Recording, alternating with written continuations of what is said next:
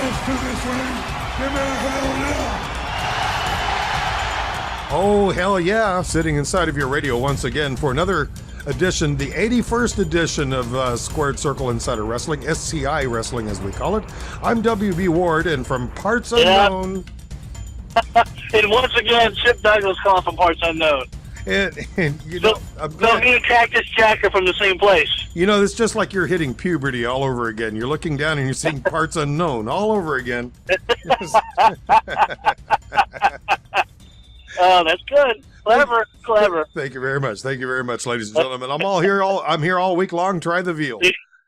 Here we are, 19 days away from our next big pay-per-view, the Royal Rumble, which will be held in Philadelphia at the Wells Fargo Center. Tickets starting at $25, which is an absolute bargain for a pay-per-view of this size. Right. And only going up to $500.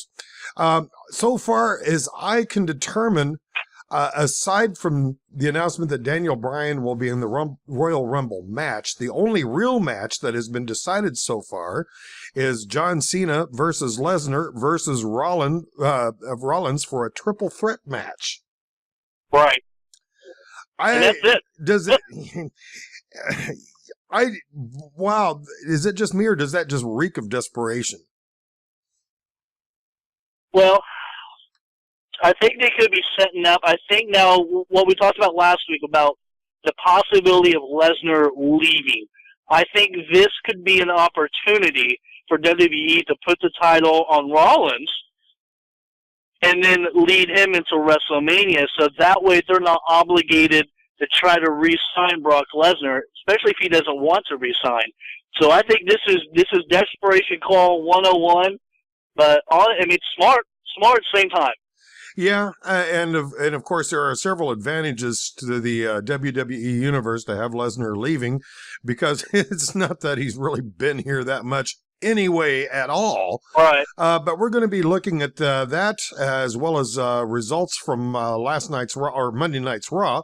That and more are coming up. Right now, however, it's just about time for us to hit that old button over here and get this thing churned up with Lurch to get Lurch to counting. So count to me, Mr. Lurch. 10,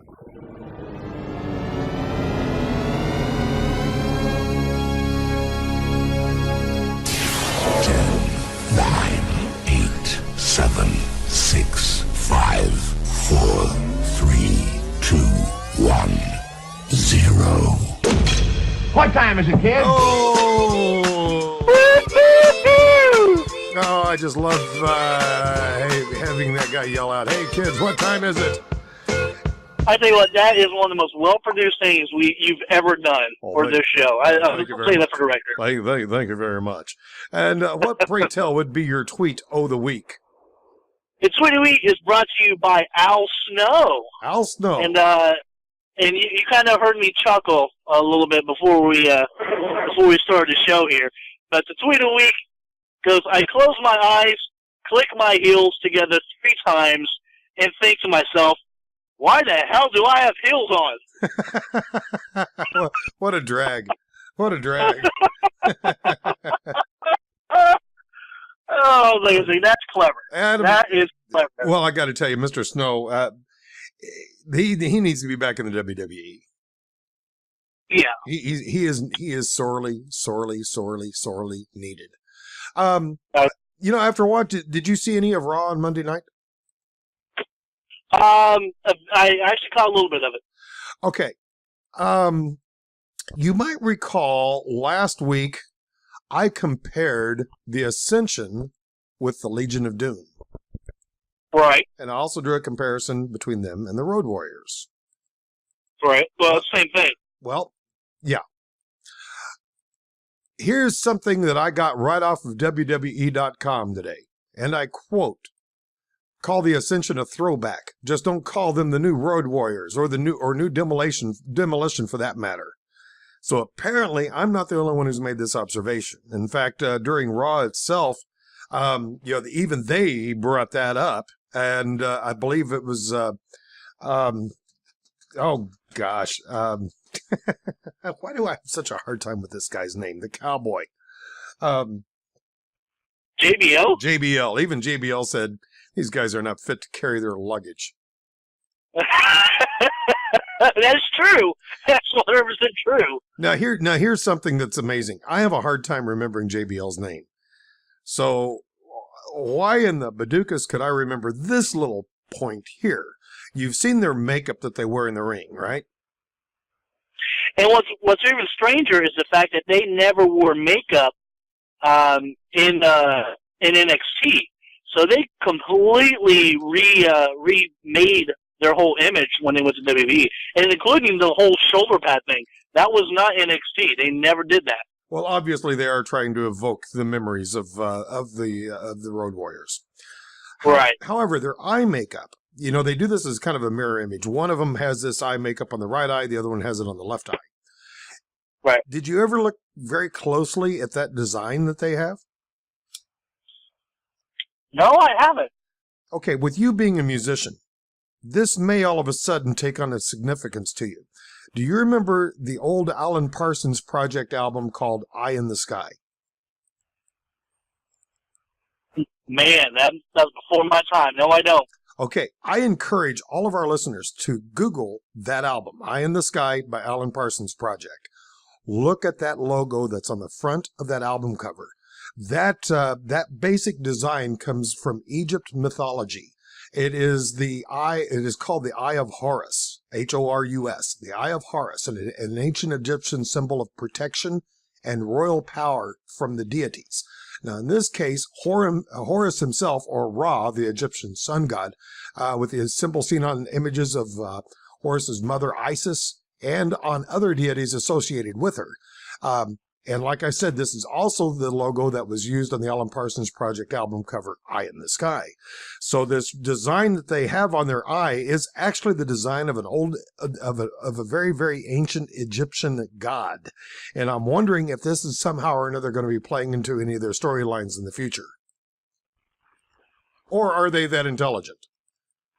I think you're giving them too much credit.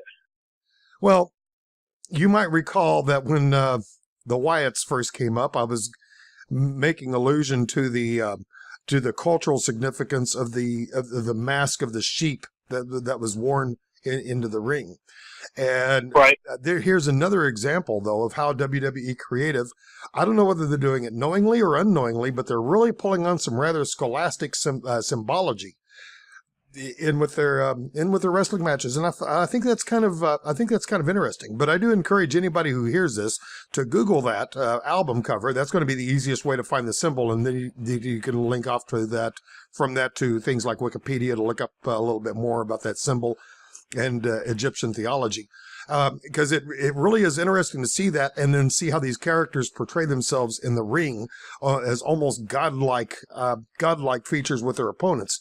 Now, their opponents that they had on Monday Night Raw were just two jobbers that were available locally from whatever city they were in. Of course, they just knocked the snot out of them in the ring. But it almost harkens back to the old school WWE when they had nothing but jobbers on their television shows. So in a way, that was kind of a refreshing break from the spit and polish shows that we're kind of getting used to. Well, and when you see the local jobbers, I do like that because of the fact that they're all auditioning for a job. So that's really good for them. But on the other hand, I mean, it sucks. Man, it sucks at the same time because I hate those shows. Because the fact that you'd have 3 undercard matches, all with jobbers, and then you'd have one match which was relatively attractive. And then that's the end of the show. And I thought those were incredibly boring, and those matches I can't watch to this day. So, but WWE did a great job of creating jobbers actually as characters. At the same time, Zack Ryder was a jobber for the past, 6-8 months of his employment. But, he was a known star at the same time. That's true. And, I mentioned a little bit about the Wyatt family. Yep. The Wyatt, 2 members of the Wyatt family locked horns last night. Luke Harper against Eric Rowan, with Luke Harper coming out the victor. Now, what I would like to know is, does anyone know why these two have heat with each other? I mean, the week before the Survivor Series, Harper joined Team Authority, and Rowan responded by joining Team Cena. but no one ever bothered to explain exactly why the former tag partners just suddenly hated each other. And it was kind of like a major plot hole that was left open and never filled by WWE Creative. Or did I miss an episode, or am I just going nuts? No, you didn't miss anything. It's just it was the whole London or England episode where it was already announced that Luke Harper was going to be on Team Authority, and then they had him attack Dolph Ziggler. Then randomly Eric Rowan just shows up on Team Cena later that night, and it's like, well, how did this happen? Because they split the Wyatt family, but we didn't know that there was any kind of like beef or any kind of dislike for each other. So yeah, it was very odd. I don't understand why they did that. I mean, I could see they were former partners, but Wild Earth Wing feud, that'd be the first thing I'd go with. As soon as Survivor Series was done, Eric Rowan and Luke Harper feud would be the first thing I would do. Or also create friction before they split. I mean, that's what you do. That's wrestling booking 101 to me. And why they didn't do that boggles me. And, the very least they could have done was just simply hint to the prospect of something going awry. Just hint to it. Right. That's all you need to do. But, last night, on last night's Raw, I had the sneaky feeling that really what we were seeing last night, for the most part, was probably just a big preview of the upcoming pay-per-view, the upcoming Royal Rumble. Right. The match between Luke Harper and Eric Rowan being one example of it. Another one being the opening match of the Big Show against Roman Reigns. I'm seeing this as possibly being a pretty good matchup in the Royal Rumble itself, assuming neither one of these are in the Rumble match itself. But I can see these two locking horns in the ring solo during that pay-per-view. Well, they got to be in the Rumble. I think they're going to 40 people again. Well, they can't go that many because they still have another card to fill. That's last time I read that it was going to be a 40-man battle royal again. Wow. Well, they could double up because just because you're in the Rumble doesn't mean you can't have your own match too. And that's true. And back in the day, that's how they used to do it. But I've been watching like old Royal Rumbles, and especially like back in like 95, 94 especially, Bret Hart, Owen Hart turned on him during a tag team title match, and then beat his knee, and it wasn't for sure if he'd be able to compete in the Rumble match that same night. And sure enough, he did, and he ended up being co-winner of it. But yeah, back in the day, that was very typical for wrestlers to wrestle a match on the pay-per-view, but be in the Rumble match itself. Wow, that's one grueling day at the office. Well, heck, back in the day, they would wrestle 2-3 times a day, so for a lot of these guys, it was just common. To that respect, I can also see Eric Rowan and Luke Harper going at it in the pay-per-view as well.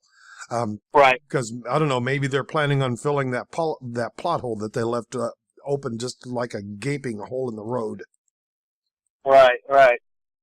And another thing that they kind of left open was in the Divas match. Since when is Natalya and Paige allies? All right, so here's the honest truth. As soon as Divas come on, I skip.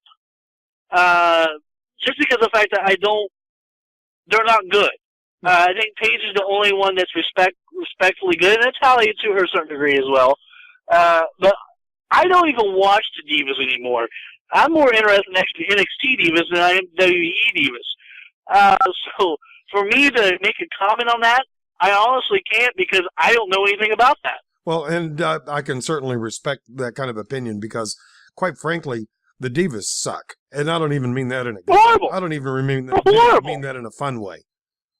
They have two. That's it, and they cannot build. Well, and AJ, but AJ's kind of in and out, really. I think Naomi shows some really good promise if they would use her right. Exactly, if they use her right. But now they have her with this whole Uso thing. Total waste of time, total waste of booking. I believe so, which leads me to my next point. The match that they had between Damian Mizdow and Alicia Fox against the Usos and Naomi. I was just wondering how long it was going to take for the audience to wake up in this thing. because even the audience really wasn't that responsive, except with Damien Mizdow. Right. I think they're probably pretty tired of that hook already. And I think what's even more incredible is, because speaking on Sandow and Miz, is the fact that now they're at the point of no return. They lost the titles to the Usos. They lost to Efficient on their opening night. Their debut, basically they jobbed them. And but still, Damien Sandow is getting a more pop than the Usos are together. That's true. That is true. Well, the Usos are starting to fall down, and as far as I'm concerned, they're starting to walk down the same road as what you complain about John Cena. They've only got like 2 moves, and that's about it. Other than that, their matches are pretty much the same from one show to the next. So to me, it's just John Cena doubled up. And they have no competition really either. I mean, the lack of tag team development. I mean, we're going to see I guarantee you, we will have the Ascension facing the Usos probably at the Royal Rumble, being honest with you, because of lack of development in tag teams. Do you not see any promise at all in the Ascension? Oh, I do. I think so. I think something that could work. I really don't. They were NXT champions for a year, and I tell you what, the NXT. You know, I talk about NXT, and I'll put NXT over all day, every day, because they have some of the best storyline development and some of the best talent ideas there is. I don't know who books that. Obviously, they must be a subcontractor. They don't work for WWE because everything just makes sense. You have the Ascension who held the titles for a year, and the tag team development there is incredible, absolutely incredible. And so, were they my first choice to get promoted? No, but I think they could work. They held their own for a very long time. I think they could work. Okay. I can buy that. I think that's about one of the best analyses I've heard of that so far. Okay, there you go. Seth Rollins and Kane versus Ryback. Of course, Ryback took the beating from Seth Rollins and Kane, and I can't wait till they get this hook from Seth Rollins gone. And I think this hook with him, however it's going to wind up, is going to end at the Royal Rumble. Which leads me to my question here, because I really don't see Rollins winning this match. I just can't visualize it. Talking about the Royal Rumble match? Yes. Okay. And the reason why is that? Well, I'm just looking at it from a visual standpoint. You have Brock Lesnar, you have John Cena, and then you got Rollins. I mean, that's almost he looks like a 6th grader compared to those two guys. So I can easily see John Cena trying to pin Rollins, or Ryback trying to pin Rollins, trying to take the shortest distance between 2 points with it being a straight line, and that's going to be Rollins. If he wins on Royal Rumble, it's only because he first loses the match, then turns right around and cashes in his Money in the Bank to pin whoever actually won. Well, I mean, yeah. I mean, that's the only way I can see him coming out on top. And see, I was thinking a little bit different direction, but I actually kind of like your idea a little bit more. Man. Well, which direction were you headed? I was, because it's the easiest way for a new champion to be crowned without Lesnar being beat. Right. Because Rollins could be able to pin John Cena. Right. And so it still keeps, if they were able to ever use Lesnar again, and especially for WrestleMania, it still kind of keeps that option open. The fact that he's still, he's still the monster, he's still the beast incarnate, or how do you pronounce that? Incarnate. Carnage, whatever. Incarnate. Yeah, whatever. Yeah. Eat, sleep, poop, and beat John Cena. So for me, that makes sense. But what you just said, if they really don't think Lesnar's going to re-sign, have Lesnar pin Cena, maybe Cena gets upset. Maybe Cena breaks and just beats the tar out of Lesnar to a certain degree, and then walks off for Rollins to cash in. And I think it'd be a great way to make that happen. Or Cena wins. I don't see that happening, but see, that's the one I don't see. I don't see Cena having a chance. I don't either. But I really think we're going to be kissing Lesnar goodbye because, quite frankly, I think the WWE universe is kind of tired of having this invisible champion.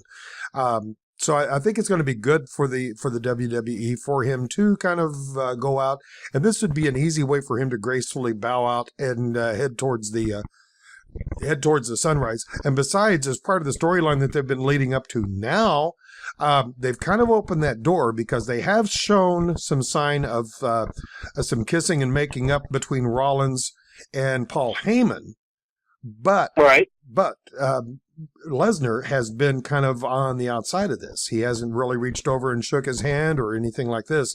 And at best, he's just kind of given him a cold shoulder and walked around. So they've left the door open for him and Rollins to go head on head a little bit at the pay-per-view. So they do have this door open. It'll be interesting to see how it turns out, but I just don't see Brock Lesnar remaining part of the WWE scene after this pay-per-view. Correct. I totally agree with you. We'll see what happens. But with that no contract, like we talked about last week, and I brought it up, with that contract ending before WrestleMania, why on earth would you even think about keeping him if he's not going to re-sign? Absolutely. Absolutely.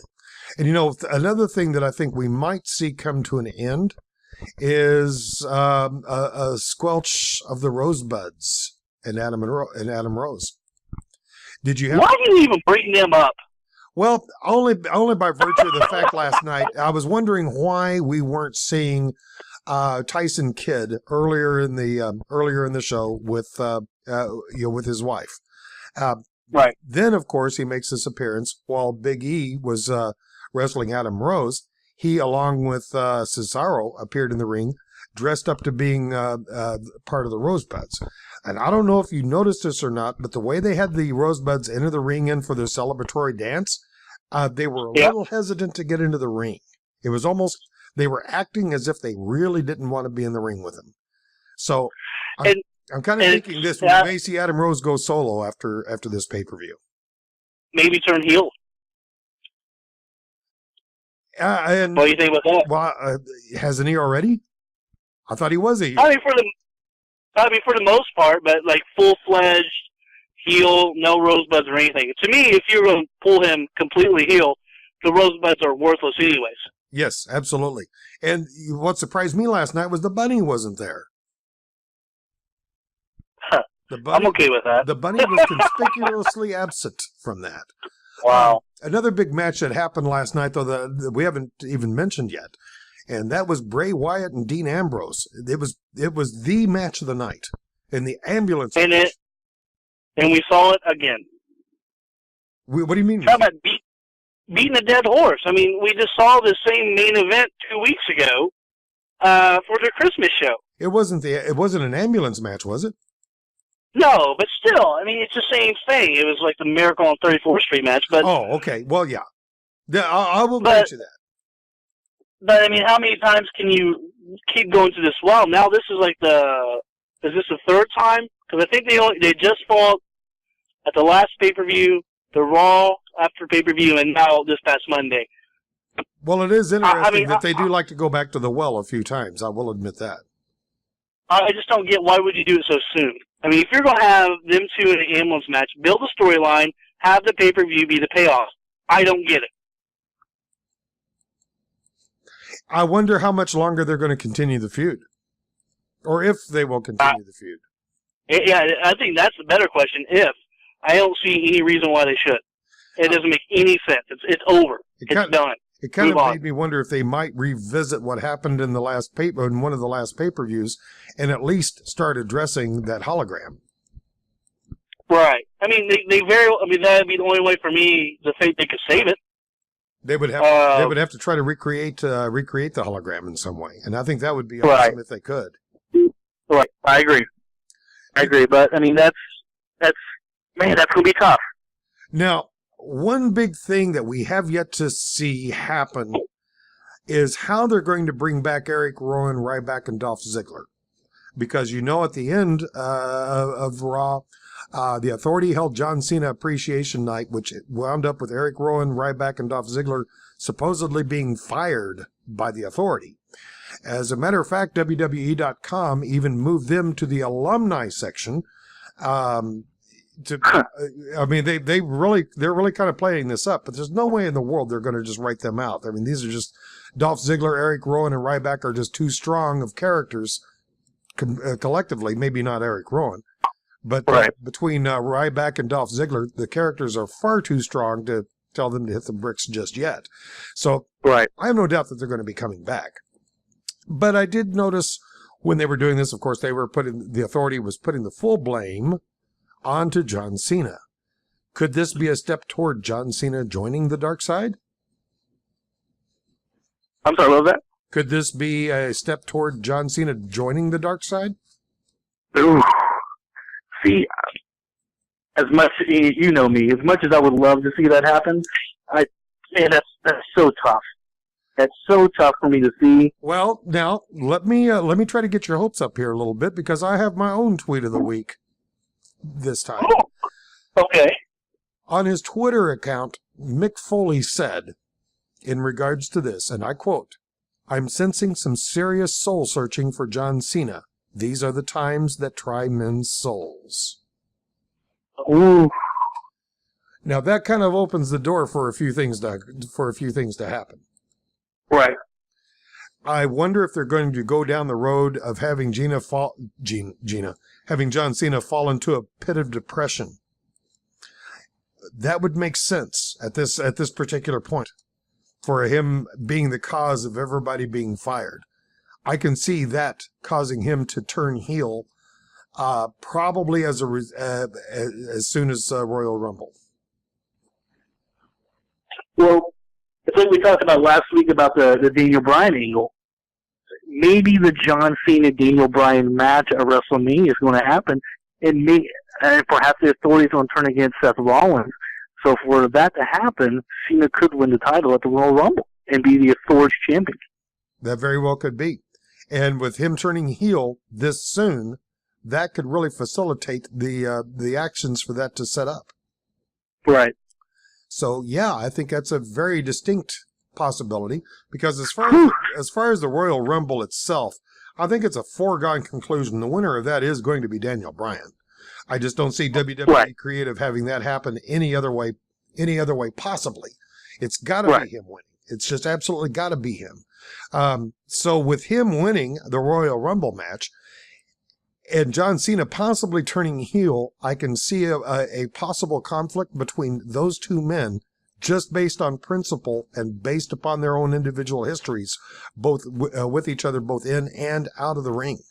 I can see that playing out very easily, and it very easily could happen. I'm kind of excited to see that, because I think that would really start a whole new chapter and literally a whole new era for the WWE. It would be a whole new era, and it would be exactly what the industry needs right now to really put it back on the map. And to be truthfully honest, I think we would see Attitude Era type results if they made that happen. Man, that would just be awesome. As much as I hate to see John Cena turn heel. Yep. And as our closing music is now starting to roll, and I hate the idea of him turning heel. I can see that as being, and if you'll forgive me for sounding authoritarian, good for business. And it would be great for business. Not just good, great.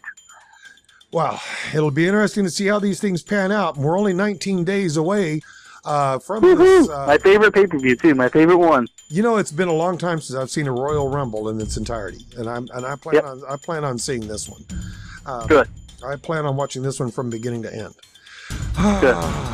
Well, it's been an exciting 30 minutes to spend with you here, Mr. Chipperoony. Thank you so much. We'll be back next week, sometime within a computer near you, as Chip and myself, WB Ward, complete another episode of this show that we love to call SCI.